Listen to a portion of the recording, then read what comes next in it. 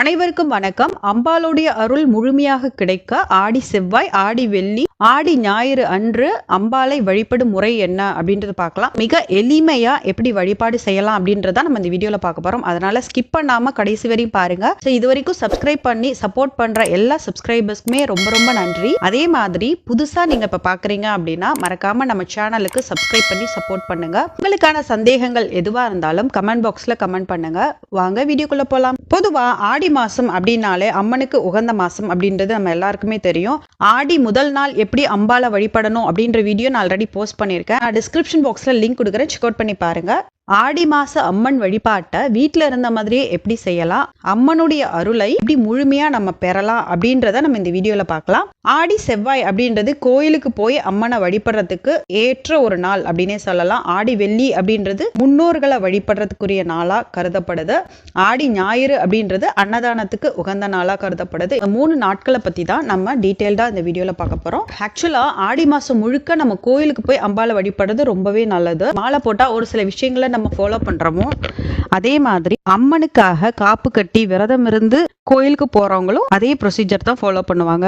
அதாவது டெய்லி வீட்டில் பூஜை பண்றது, டெய்லி கோயிலுக்கு போறது, அம்பாளுடைய திருநாமங்களை உச்சரிக்கிறது, தெரிஞ்ச ஸ்லோகங்கள்லாம் சொல்றது, சுத்தபத்தமா இருக்கிறது, எப்படி இந்த மாதிரி விஷயங்கள்லாம் ரெகுலரா ஃபாலோ பண்றோமோ அதே மாதிரி தான் இந்த மாசம் முழுக்க அதை ஃபாலோ பண்றது நல்லது.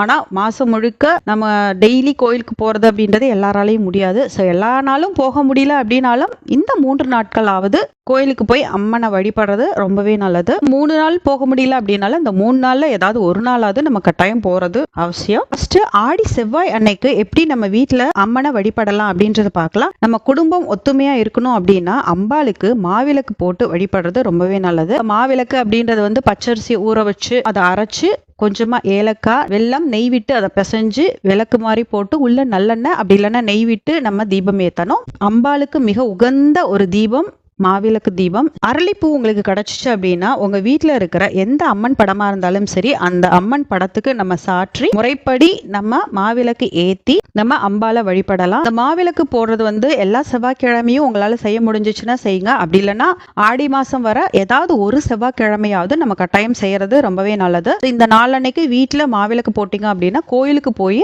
அம்மனை மனதார நினைச்சு ஒரு நெய் தீபம் போட்டு அம்மனை வழிபட்டு வர்றது ரொம்ப சிறப்பு. அடுத்ததா ஆடி வெள்ளிக்கிழமை, அதாவது நம்ம வீட்டுல கன்னி பெண்களா இருந்து யாராவது இறந்திருந்தாங்க அப்படின்னா நமக்கு தெரிஞ்ச வரைக்கும் நம்ம ஃபேமிலியில யாராவது இறந்திருக்காங்களா அப்படின்னு கேட்டிருப்போம். யாரும் நமக்கு தெரிஞ்சவரையும் இல்லை அப்படின்றதுக்காக யாருமே இறந்திருக்க மாட்டாங்க அப்படின்னு சொல்லிட முடியாது. நம்மளுடைய மூதாதையர்கள் யாராவது அந்த மாதிரி கன்னி பெண்களா இருந்து இறந்திருப்பாங்க. உங்களுக்காக நம்ம வழிபடுறதுதான் இந்த கன்னி தெய்வ வழிபாடு அப்படின்றது. இந்த மாதிரி அவங்கள மனதார நினைச்சு முன்னோர்கள் வழிபாடு செய்யறது ரொம்பவே நல்லது. இந்த மாதிரி முன்னோர்கள் வழிபாடு செய்யறது குடும்பத்துக்கு ரொம்பவே நல்லது. உங்க வீட்டுல வேப்ப மரம் இருக்கு அப்படின்னா அந்த வேப்ப மரத்தை தெய்வமா நினைச்சு மஞ்சள் குங்குமம் வச்சு ஒரு அகல் தீபம் ஏத்தி நம்ம வழிபடுறது ரொம்ப நல்லது. வீட்டுல வேப்ப மரம் இல்ல அப்படின்னாலும் வேப்ப மரத்துல இருந்து ஒரு சின்ன கிளைய உடைச்சிட்டு பூஜை அறையில ஒரு பித்தளை சொம்புல தண்ணியை ஃபில் பண்ணிட்டு மஞ்சள், குங்குமம், ₹1 காயின், ஒரு லெமன், ஏலக்காய், பச்சை கற்பூரம் இதெல்லாம் போட்டு அதுக்கு மேல வேப்பிலைய சொருகி அந்த வேப்பிலையில அம்மனை ஆவாகனம் பண்ணி நம்ம வழிபடணும். அந்த அம்மனே அந்த கலசத்துல இறங்கின மாதிரி அது அர்த்தம். உங்களால என்ன நைவேத்தியம் செய்ய முடியுதோ அதை செய்யணும். ரைட் ரைஸ் செய்யறதா இருந்தாலும் செய்யலாம், இல்ல சக்கரை பொங்கல் மட்டும் செய்யறதா இருந்தாலும் செய்யலாம். அதோட சேர்த்து துள்ளு மாவு, பானகம், இளநீர் இதெல்லாம் நம்ம நைவேத்தியமா வைக்கணும். துள்ளு மாவு அப்படின்றது பச்சரிசியை ஊற வச்சு ஜஸ்ட் பவுடர் பண்ணிட்டு எப்படி மாவிளக்கு ரெடி பண்ணும் பொழுது அந்த ஷேப் கொண்டு வருவோம் அந்த மாதிரி கொண்டு வராம ஜஸ்ட் உதிரியா அந்த பச்சரிசி மாவை வச்சு அதுல வெல்லம், ஏலக்காய், கொஞ்சமா வேப்பிலை அது மேல போட்டு வைக்கிறதுக்கு பேரு தான் துள்ளு மாவு. அந்த துள்ளு மாவு வைக்கணும். பானகம் ரெடி பண்ணிக்கணும். பானகம் சிம்பிளா எப்படி ரெடி பண்றது அப்படின்னா தண்ணி எடுத்துக்கோங்க, அதுல லெமனை பிழிஞ்சிட்டு நாட்டு சர்க்கரை சேர்த்துக்கோங்க, சுக்கு, மிளகு அதை தட்டி இதுல சேர்த்துட்டு ஏலக்காய் சேர்த்து வைக்கணும். இதுதான் பானகம். ரொம்ப சிம்பிளா குயிக்காவே பண்ணிடலாம். இதை நைவேத்தியமா வைக்கணும். இளநீர் நீங்க கடையில வாங்கிட்டு இளநீரை ஓபன் பண்ணி அம்மனுக்கு முன்னாடி வச்சிடணும். அது கூடவே நம்ம ரெடி பண்ண நைவேத்தியம், அதாவது கலவை சாதமா இருந்தாலும் சரி இல்ல சக்கரை பொங்கல் மட்டும் நீங்க செஞ்சிருக்கீங்க அப்படின்னாலும் சரி அந்த சக்கரை பொங்கல் நைவேத்தியத்தை அந்த வாழை இலையில வச்சு அம்மனையும் முன்னோர்களையும் நம்ம மனதார நினைச்சு வீடு சுபிக்ஷம் அடையணும் அப்படின்னு சொல்லி நம்ம வேண்டிக்கணும். அம்மனுக்காக படைச்சிருக்க அந்த இளநீரை நம்ம குடிக்க கூடாது. மற்றபடி எல்லா பிரசாதங்களையும் நம்ம சாப்பிடலாம். படைச்சதுக்கு அப்புறம் இளநீரை மரத்துக்கு அடியில ஊத்திடணும். சில பேர் வீட்டுல ஆடி வெள்ளியில அவங்க குடும்பத்துல கன்னி பெண்களா இருந்து இறந்தவங்களை நினைச்சு சில பேர் வீட்டுல புதுசா ட்ரெஸ் வச்சு வழிபடுற பழக்கமும் இருக்கு. ஒரு பித்தளை தாம்பலம் எடுத்துட்டு அதுக்கு மேல புதுசா ட்ரெஸ் வச்சுட்டு, பெண்கள் அப்படின்னால அலங்காரம் தானே, ஒரு பெண்கள் அப்படின்னா எப்படி அலங்காரம் பண்ணுவோம், அதுக்கு தேவையான பொருட்கள்லாம் வாங்கி நம்ம அந்த பிளேட்க்கு மேல வைக்கணும். ட்ரெஸ், மஞ்சள், குங்குமம், வளையல், பொட்டு, ரிபன், இந்த மாதிரியான பொருட்கள்லாம் வச்சு பூஜை அறையில வச்சு படைச்சு அவங்கள நினைச்சு படைச்ச அந்த பொருளை சின்ன வயசுல இருக்கிற ஏதாவது பெண் குழந்தைகளுக்கு தானமா கொடுக்கறது வழக்கம். ஸோ இந்த மாதிரி செய்யறது குடும்பத்துக்கு ரொம்பவே நல்லது அப்படின்னு சொல்லி சாஸ்திரம் சொல்லுது. அடுத்ததா ஆடி ஞாயிறு. ஆடி ஞாயிறு அப்படின்னாலே அன்னதானத்துக்கு உகந்த நாள். ஏன் அன்னதானத்துக்கு உகந்த நாள் அப்படின்னு சொல்றோம்னா, ஞாயிறு அப்படிங்கும் போது எல்லாருக்குமே லீவு, எல்லாருமே ஃப்ரீயா இருப்போம், ஃபேமிலியே வந்துட்டு இன்வால்வ் ஆகி செய்யற ஒரு விஷயமா இருக்கும். ஸோ அதனால எல்லாரும் இன்வால்வ்மெண்ட்டோட செய்யணும் அப்படின்றதுனால தான் இது கூழ் காய்ச்சறதுக்கு உகந்த நாள், அன்னதானத்துக்கு உகந்த நாள் அப்படின்னு சொல்லி சொல்றோம். ஸோ வீட்டுல கூழ் காய்ச்சி படையலிட்டு அம்பாளை வழிபட்டுட்டு வீட்லயே அக்கம் பக்கத்துல இருக்கவங்கள வரவழைச்சு கூழ் ஊத்துற பழக்கம் சிலருக்கு இருக்கு. சிலர் என்ன பண்ணுவாங்க அப்படின்னா, வீட்லயே வழிபட்டுட்டு அதை கோயில்ல எடுத்துட்டு போய் கோயில்ல வச்சு கூழ் ஊத்துற பழக்கமும் இருக்கு. அது எப்படி அவங்க வழி வழியா பின்பற்றிட்டு வராங்களோ அதுக்கேற்ற மாதிரி அவங்க ஃபாலோ பண்ணிக்கணும். இந்த மாதிரி கூழ் ரெடி பண்ணிட்டு அது கூடவே முருங்கைக்கீரை, காராமணி குழம்பு, வாழைக்காய், கத்திரிக்காய், சில பேர் வீட்டுல கொழுக்கட்டையும் சேர்த்து நைவேத்தியம் பண்ணுவாங்க. இதெல்லாம் சமைச்சு ஏழை எளிய மக்களுக்கு கூழோட சேர்த்து இந்த பதார்த்தங்களையும் தானமா கொடுப்பாங்க. இந்த மாதிரி தானம் அளிக்கும் பொழுது பல மடங்கு புண்ணியம் நம்ம குடும்பத்துக்கு கிடைக்கும் அப்படின்றது ஐதீகம். இந்த நாள் அன்னைக்கும் துள்ளு மாவு, மாவிளக்கு, பானகம், அது கூட கூழ் இது வச்சு வழிபடுறது ரொம்பவே நல்லது. தானத்துல சிறந்த தானம் அன்னதானம் அப்படின்னு சொல்லுவாங்க. நம்ம அன்னமா தானம் பண்ணாலும் சரி, கூழ் காய்ச்சி கூழ் கொடுத்தாலும் சரி, ஒருத்தவங்களுடைய பசியை ஆற்றி வயிறார குளிர்ந்து மனதார குளிர்ந்து நம்மளை வாழ்த்துற அந்த வாழ்த்து நம்மளை மென்மேலும் வாழ வைக்கும். எப்பயுமே இருக்கிறவங்களுக்கு செய்யறதை விட இல்லாதவங்களுக்கு செய்யறது தான் ரொம்பவே நல்லது. ஏன் அப்படின்னா, இருக்கிறவங்களுக்கு செய்யும் பொழுது அதை அலட்சியமா தான் பார்ப்பாங்க. பட் இல்லாதவங்களுக்கு, இப்போ நீங்க நல்ல பசியில இருக்கீங்க, அப்ப யாராவது சாப்பாடு கொடுக்கும் பொழுது அவங்க நமக்கு தெய்வமா தெரிவாங்க. அதனாலதான் இல்லாதவங்களுக்கு செய்யும் பொழுது அவங்களுக்கு அது ஒரு பெரிய விஷயம், உடைய பாராட்டு மனதார பாராட்டுற மாதிரி இருக்கும். இப்ப நான் சொன்ன அந்த 3 வழிபாடுகளும் எப்போ உங்களுக்கு முடியுமோ அப்ப செஞ்சுக்கலாம். இந்த வாரம் தான் செய்யணும், அடுத்த வாரம் தான் செய்யணும் அப்படின்னு கிடையாது.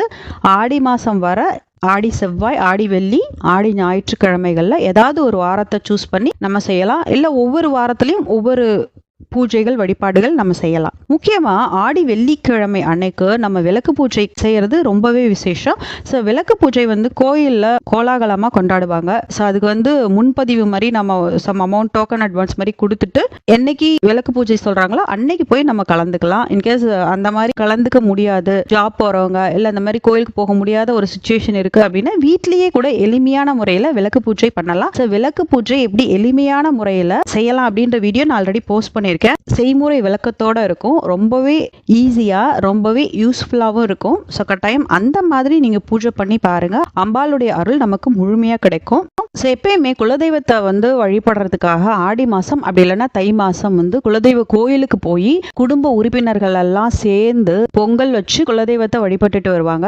எப்படி தை மாசம் பொங்கல் அன்னைக்கு பண்ணுவோமோ அதே மாதிரி ஆடி மாசத்துலயும் இந்த மாதிரி குலதெய்வத்தை வழிபடுறது ரொம்பவே நல்லது. வீட்லயே கூட நம்ம குலதெய்வ போட்டோ வச்சு குலதெய்வத்தை இந்த நாள் அன்னைக்கு வரவேற்று நம்ம வழிபடும் பொழுது குலதெய்வத்தோட அருள் நமக்கு முழுமையா கிடைக்கும். லலிதா சகஸ்ரநாமம், அபிராமி அந்தாதி, அம்மனோட 108 போற்றி, அஷ்டகங்கள், உங்களுக்கு எந்த ஸ்லோகங்கள்லாம் தெரியுமோ அதெல்லாம் சொல்லி நம்ம அம்பாளுக்கு பூக்களால அர்ச்சனை பண்ணலாம், குங்குமத்தால அர்ச்சனை பண்ணலாம், 108 காயின்ஸ் வச்சு அர்ச்சனை பண்ணலாம். எப்படி வேணாலும் நம்ம அர்ச்சனை பண்ணலாம். அம்பாளை குளிர்விக்கிற விதமா நம்ம ஸ்லோகங்கள் சொல்றது, அர்ச்சனை பண்றது, மனதார வழிபடுறது, இந்த மாதிரி எல்லாம் செய்யும் பொழுது அம்பாளோட அருள் நமக்கு முழுமையா கிடைக்கும். எப்பயுமே நிலவாசல்ல விளக்கேத்திட்டு அதுக்கப்புறம் தான் பூஜை அறையில விளக்கேத்துவோம். இது டிஃபால்ட்டான ஒரு விஷயம். இந்த ஆடி மாசம் முழுக்க நம்ம செய்ய வேண்டிய விஷயம் என்னன்னா, நிலவாசல்ல நம்ம எப்பயும் போல தீபம் ஏத்த போறோம். ஆனா தீபம் ஏத்தும் பொழுது ஒரு பித்தளை பிளேட்ல அச்சதையோ பச்சரிசியோ அதை பரப்பி அதுக்கு மேல ₹1 காயின் வச்சு அதுக்கு மேல வேப்பிலைய பரப்பிட்டு அதுக்கு மேல அகல் தீபம்,